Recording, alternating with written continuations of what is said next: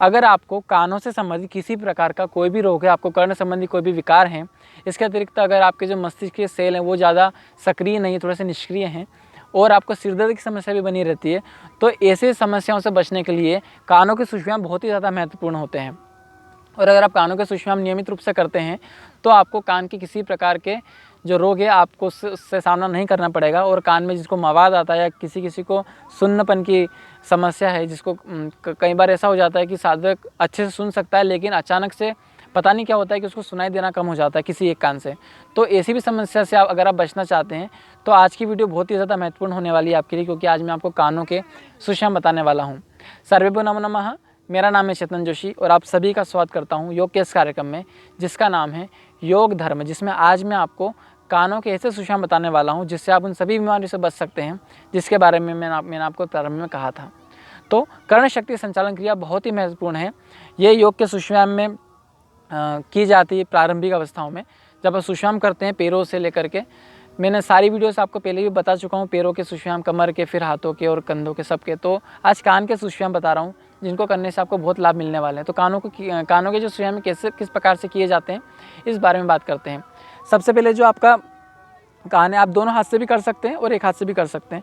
तो कान का जो निचला हिस्सा है इसको पकड़ के, जहाँ पर जो बहुत से लोग हैं जो महिलाएं हैं यद्यपि वो बालियाँ पहनती हैं, आजकल कुछ लड़के भी बालियाँ पहनते हैं, तो उस स्थान को पकड़ करके अंगूठे और तर्जनी उंगली से इस प्रकार से पकड़ के खींचना है नीचे की तरफ। 5 से 7 सेकंड या 5 से 10 सेकंड में ज़रूर खींचें। फिर पीछे की तरफ खींचेंगे इसी को श्वास भरते हुए, होल्ड करेंगे थोड़ी देर, फिर श्वास छोड़ते हुए सामने की तरफ खींचेंगे। आपको अपनी ब्रेथ को भी, अपनी श्वासों को भी होल्ड करना है। अगर आप आंखें बंद करके नहीं कर पा रहे हैं, अगर आपको वर्टिगो की समस्या है या आपको चक्कर आने की समस्या है, आंखें बंद करती है, किसी को ऐसा होता है कि आंखें बंद करती चक्कर आ जाते हैं, तो आप आंखें खोल के भी कर सकते हैं, कोई समस्या नहीं है।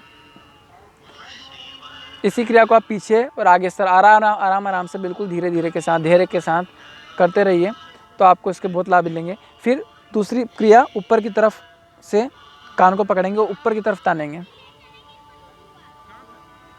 फिर श्वास भरते हुए पीछे की तरफ खींचेंगे अपने कानों को और श्वास छोड़ते हुए आगे की तरफ खींचेंगे। पुनः श्वास भरते हुए पीछे, थोड़ी देर होल्ड करेंगे 5 से 10 सेकंड, पुनः श्वास छोड़ते हुए आगे की तरफ 5 से 10 सेकंड तक। फिर इसी प्रकार कान का जो बीच वाला हिस्सा है, अर्थात जो कान का सबसे बड़ा हिस्सा है, इसको पकड़ेंगे बीच में से, सेंटर में से, और सामने की तरफ खींचेंगे, तानेंगे श्वास भरते हुए, फिर धीरे से श्वास बाहर छोड़ेंगे। अब कानों को पीछे की तरफ खींचिए श्वास भरते हुए, थोड़ी देर रुकिए, फिर श्वास छोड़ते हुए कानों को सामने की ओर भी इसी प्रकार खींचेंगे।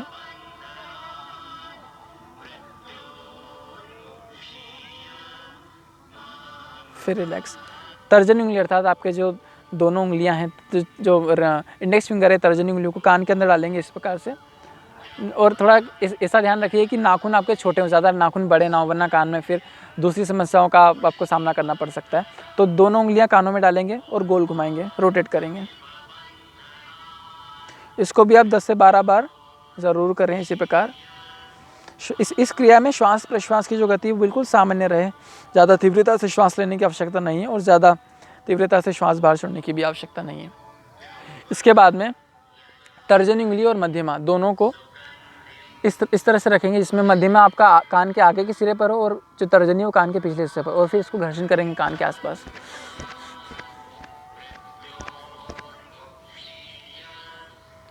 इस तरह से करने से आपके कानों के जो सुषुव्यायाम पूरे हो जाते हैं। वो मैं लास्ट में इसलिए ऐसा करवाते हैं क्योंकि आपने जो तनाव दिया है, जो खिंचाव दिया है, उसको रिलैक्स करने के लिए। अगर आप ऐसा करते हैं तो आपके कानों में जो रक्त का संचार है पूरी तरह से बढ़ जाता है।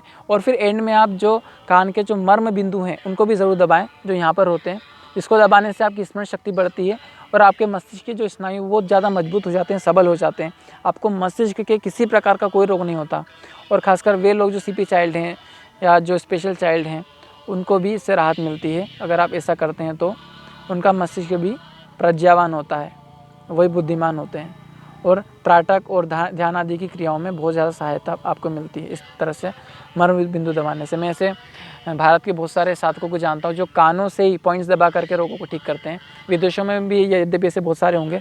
तो जो पॉइंट्स हैं कानों में पूरे शरीर को भी कंट्रोल करते हैं। कई बार जब हम लघु शंका के लिए जाते हैं तो हम भी कान में जनेऊ धारण करते हैं, क्योंकि ऐसा माना जाता है कि इसका संबंध मूत्र नलिकाओं से होता है। जब हम कान में जनेऊ को लपेटते हैं तो हमारी जो ये है उपस्थिंद्री है, जब हम लघु शंका के लिए जाते हैं तो बहुत हम आराम से यूरिन को पास कर पाते हैं। आज के लिए इतना ही। बहुत बहुत धन्यवाद।